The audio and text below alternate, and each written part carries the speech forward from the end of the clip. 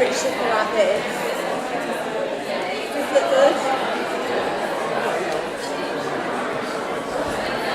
Don't know if we'll be able to keep this up for 20 odd minutes, but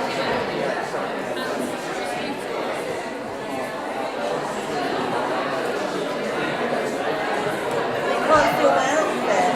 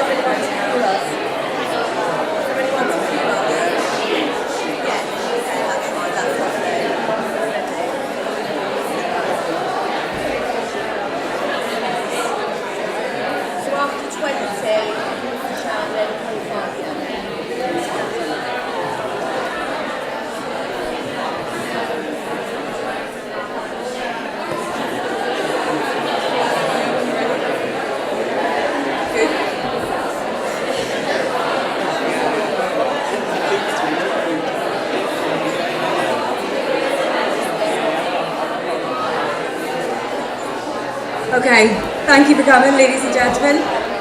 I'd like to welcome you here to the gallery tonight.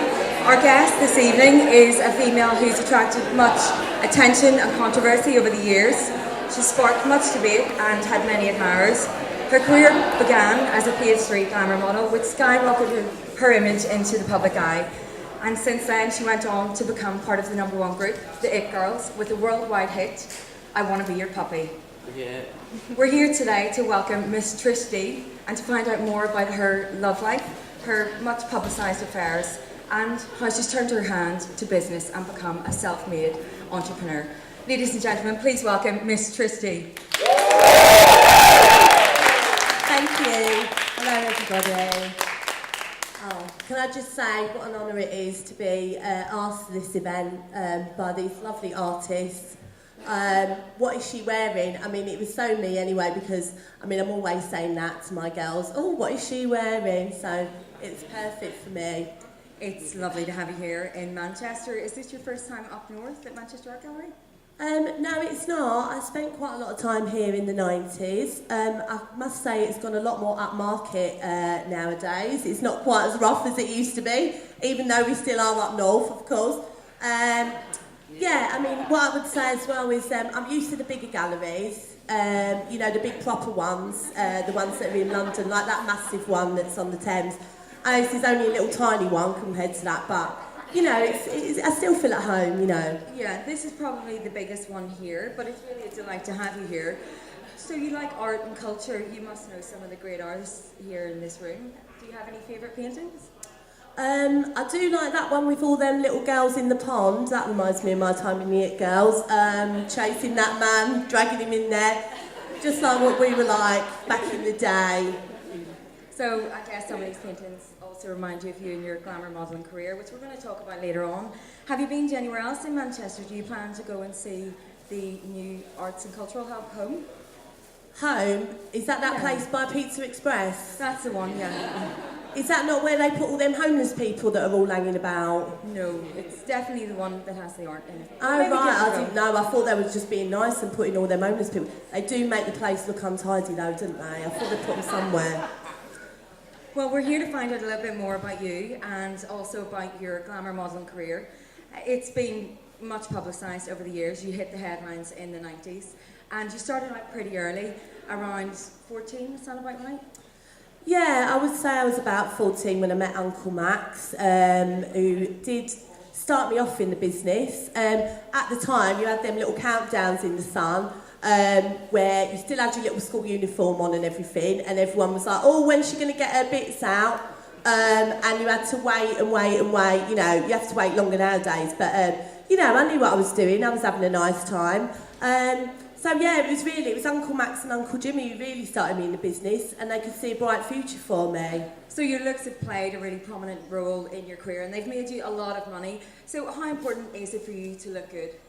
Well, like I was saying, Kat, my main passion is beauty. So being in the pursuit of beauty room was actually ideal, perfect for me. And I would say it's probably a priority. I mean, I know they say beauty's on the inside, but really, nowadays, I know, you know, and I don't argue with that, but I do think nowadays you've really got to keep up with things. You know, you've got all your Photoshop and your CGI stuff, so you've got to enhance yourself as much as you possibly can, just to keep up, really. And would you have any advice, for example, for other women in terms of beauty? Well, I mean, I'm sure there's quite a few here I would love to get my hands on, to be honest with you, who probably do need quite a lot of help. And, you know, even though sometimes you might think you're beyond caring, but there's always a way. Where there's a will, there's a way. And, you know, Trish is here to give you a little hand. We talked earlier about your modelling career and your friendship with Max and with Jimmy, who you refer to quite fondly. It has come under quite a lot of criticism. What's your response been to that? And looking back, don't you think that maybe you were a bit young? Well, I mean, I feel like I was lucky, really. I got everything I wanted. You know, they call it grooming now, don't they, when you get all sweets and all drugs and go to parties and everything. I mean, if that's grooming, then, you know, go for it, really. I had a lovely time. You know, and I know everyone slags Jimmy off, but they do like to forget about all the good things that he did. And at the end of the day, what about the dead ones? You know, who was he hurting there? I just don't get it, really, you know.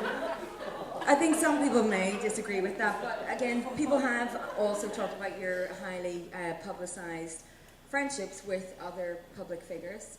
You were brought into the Billing Boys clubs, and that is also a club which contained politicians. you want to just talk Oh, the about that? Bullingdon boys, yeah, oh, they were hilarious. It was such a laugh, and I know everyone has a go at and Dave for sticking his winky in that pig and everything, but like, at the end of the day, what you've got to remember is those men work really, really hard, okay? They are actually having to run the country. So I just think, like, can't they just let their hair down? You know, it was nothing bad. You know, a couple of little scars, a couple of cigarettes put out on your back. Other than that, it was all fun and games, you know. They did like the little girls being scared. That was one of their favourites. Painting over there, that little girl in the reeds who's going to get raped. I mean, you know, rape, that's another controversial one, apparently. I don't know. I just think, you know, that they had so much money. It was a laugh, really. You know, Boz, Big Uncle Boris. He was lovely. You said you had some fond memories as well of Jimmy. I think you mentioned, was there a painting or something that reminded you of him earlier on? Oh, well, yeah, when he used to chase me round the garden, that one who looks like a snake over there, we used to call him a little devil, actually. And, but it was all fun and games, it was all fun, really.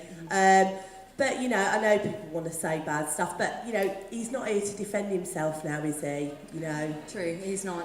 Talking about your career in general and the fact that you did base it on your glamour modelling in the early stages, what did you think of the death of Page 3 then and the No More Page 3 campaign? Well, I thought that was quite sad, really. You know, when I was in it, all the girls were really, really well looked after. They all wanted to do it, you know. And what are all them boys going to do now on their lunch breaks? You know what I mean? It was all over the House of Commons. So again, you know, you've messed their day up. You've got all them builders, you know, really are grafters, you know. And I just don't see what the problem is. I think many people would disagree with that now. Things have really moved on for women in the last few decades. They have changed a lot, and you evolved through time, moving on from glamour modelling. You then moved into having a very successful music career. We mentioned earlier on about your hit, I Want to Be Your Puppy. How was it being part of that worldwide pop sensation? Well, I mean, the It Girls, it was crazy times, really, and it was before the Spice Girls, even though Jerry Halliwell is older than me. Can I just say that on camera? Basically, and she did get everything from me as well, including the bubbly personality and all the, you know, bits and bobs. At the end of the day, you know, God bless her. I wouldn't say a bad word about Jerry, of course not. But yeah, the It Girls, I mean, it was crazy. We were wild, really. I'm sure you've heard about the gigs. We had Honey dressed up like a little Pooh Bear with a little tail, had a little jar of honey she used to pour on the audience and lick it off. It was crazy. We had Kinky with a little pink bondage gear on because it was for the kids, so it was pink, kept it pink. And she used to go around whipping the audience and they were screaming their heads off. It was hilarious. It seems like you do have a lot of stories, but looking back again, do you think it was appropriate given that the audience base were, how old were they again? Probably average age was about 6. But look at the Spice Girls and look at Madonna, for God's sake. You know, everyone has a go at us, but look at her with all her sex videos and everything, and all the kids were well after her. I'm sorry. I don't know what the fuss is about. It was fun. So where did you get the inspiration then for I Want to Be Your Puppy? Well, that was a funny story. Backstage, of course, Uncle Jimmy, he was right behind us all the way, and sometimes he would bring his little puppy backstage for the kids to have a play with. It was all fun and games, like I say, you know. The band, you were together for quite some time, and then you started to hit the headlines for Spiraling Out of Control. There were spats between you. Do you want to just kind of tell us a bit more about what happened there? Because a few of them don't really want to talk about it, and where are they? Well, what I would say really is our producer, Danny Quick, he actually did invent quick step music that was like dubstep, but it was a lot quicker, so it was a lot more commercial. So Busy Bastard, of course, got to #1 in the charts, and that was all Danny did that. So yeah, I mean, they were all jealous really, because obviously he chose me and they were all after him, but what can I do, you know, sorry girls, you know. And it kind of went pear-shaped after that. So yeah, I mean, what are they doing now? Honey got into doing films. She moved to LA. I said to her, don't go hardcore too soon, darling, because you will ruin your backside. But the money was too good, so she did do it. Bunny, she wasn't really that talented, God bless her, but she did end up with an old geezer, an old man, who did have a lot of money. She said she loves him, but I mean, to be honest, she weren't even that good at like going down, you know, like she wasn't even that good at that, to be honest with you. Right. But God bless her, she's lucked out now. She's in her element. So you were saying about Danny, you quickly got together with him, and he was another high-profile figure, troubled as well. So the two of you together, some said it was a chaotic mix, but there was an instant connection there. What was that? Oh, I mean, we had loads in common, really loads. We used to go to all the parties, loads in common. It was probably, we both really liked cocaine at the time. Of course, I don't take that now. But yeah, loads. We had loads in common. Okay, and quickly that spiraled out of control as well. And Danny hit the headlines for all sorts of different reasons. You did have 2 children with him, though. I did. No, of course, I never say a bad word about Danny, although he does say bad words about me all the time. He has levelled some quite serious sexual things, accusations, stories have been put out there in the public. Is that something that you're happy to talk about? Well, yeah, because I'm happy. I know my fans, everyone knows me, of course. My fans know what he said about me is rubbish. I mean, saying that he used me as a human toilet, right? I'm not being funny, okay? Number 1 is one thing, but number 2's, Danny, no. I'm sorry, that is, I draw a line. And at the end of the day, he was skin, all right? He started smoking crack. That's why we ended up splitting up. You know, he'd gone from the coke to the crack. But his daddy's Jamaican, and everyone said to me, Trish, what are you doing? Like, it's obviously going to happen at some point. And I didn't listen. And what about the children then? Do they have a relationship with their father? Well, to be honest, they don't really want to see him. Let's be honest about it. He's not looking too well nowadays. He's been in and out of his rehab, and you know, I love him. Of course, I'll always love him. But you know, little Honey Hermione. I mean, she's 9, and she's like, I can't be bothered really. Mercedes, Porsche, Ferrari, Jaguar, D is also, she's had enough, but she's old enough to do what she wants now. You know, she's 18, so. So you've all moved on, and you did move on. You moved on to another relationship with Johnny McLaren, who was a rock and roll star. Again, another much admired music, pioneer. And you hit it off with him instantly. So that seemed to work out quite well in the beginning.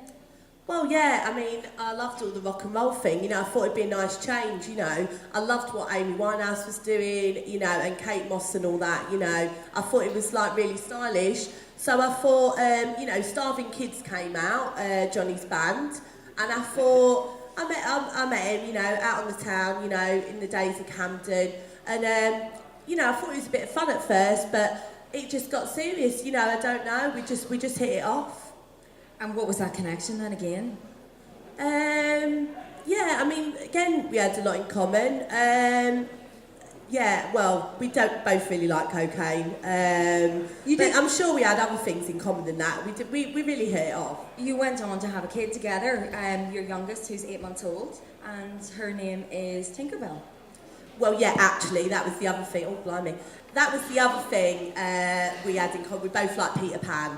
So we decided to call her Tinkerbell after the little fairy. Yeah. So how is it being a new mum again? Oh, it's beautiful. It's wonderful. Yeah, I love it. You know, I do. Of course, I love my kids. I live for my kids. You know that. So yeah, they're doing great. You know, I've got help. You know, Johnny. I mean, me and Johnny sort of fell out once he started on the old heroin. And there was no way I was going to ruin my skin doing all them needles. There was no way. And I said, that's it, Johnny. We're just going to have to leave it there, really. Okay, all right. And could you offer any advice to other single mums out there? Well, if you're not as talented like what I am, you might want to try and get yourself a rich fella. And there's quite a few ways you can do that. It does take a little bit of investment.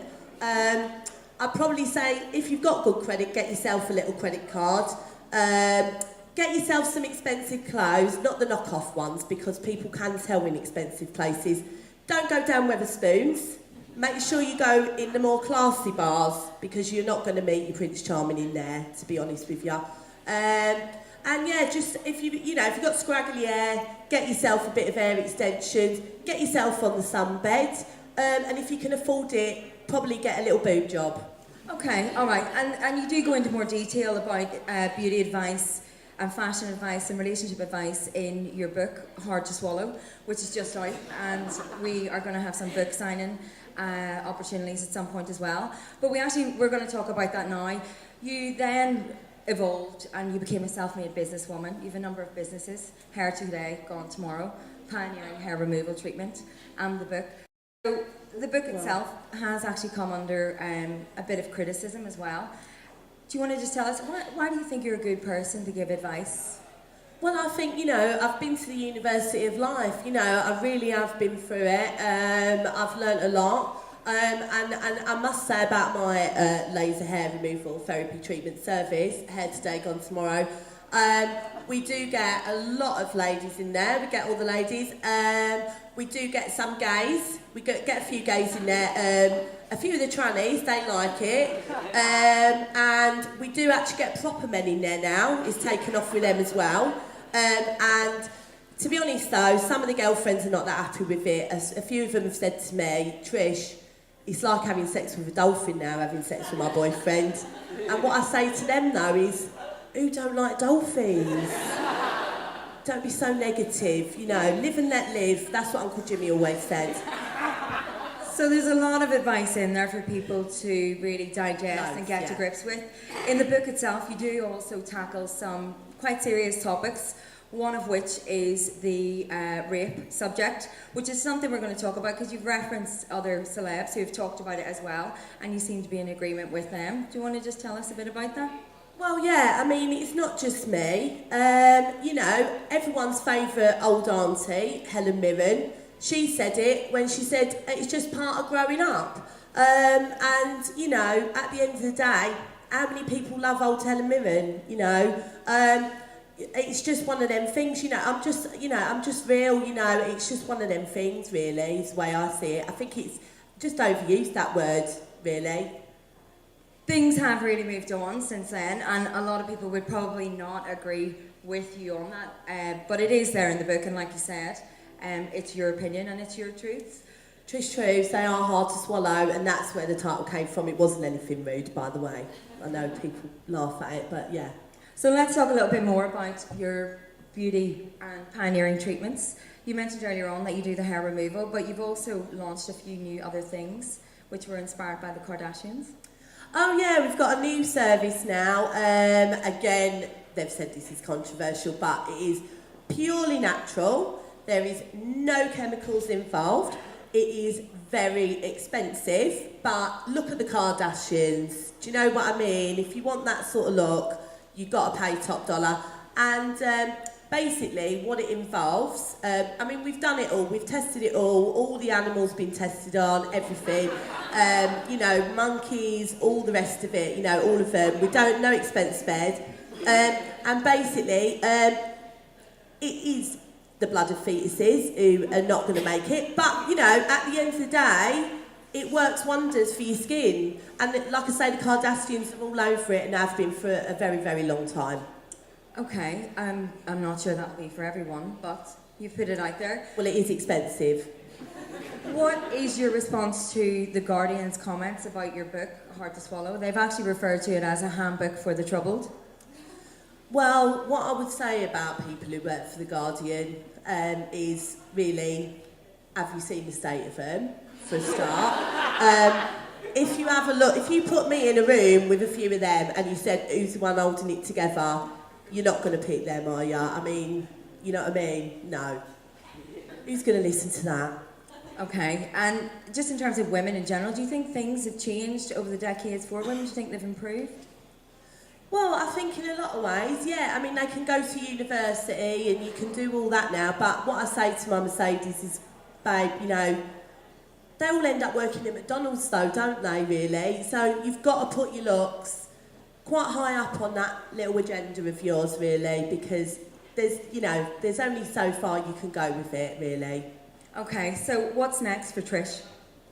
Well, I have got a line of perfumes coming out called Inspiration, because a lot of women do say, Trish, you are an inspiration to me. It's not my words, it's the general public who I do love and I do appreciate.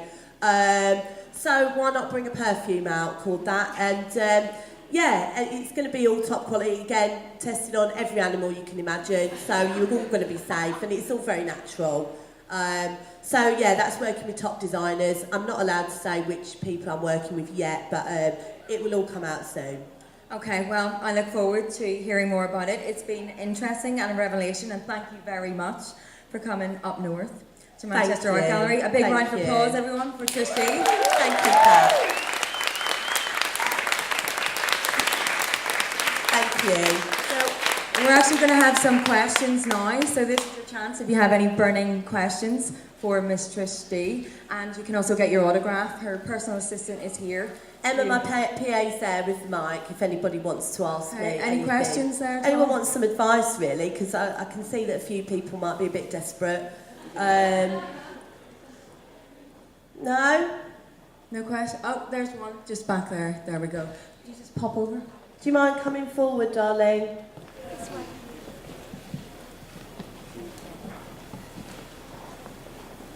Yeah, I just wanted to ask you what kind of example you think you're setting to young women with catchphrases like slut up or shut up. How is that supporting women's voices in the 21st century, Trish? Well, what I would say to that is, again, I am actually a realist, A lot of people don't like to admit these kind of things, but, I feel like I'm here to help. I am a voice of reason when there's a lot of confusion in the world. I'm sorry, that's the way I see it. You're entitled to your opinion and I'm entitled to mine. I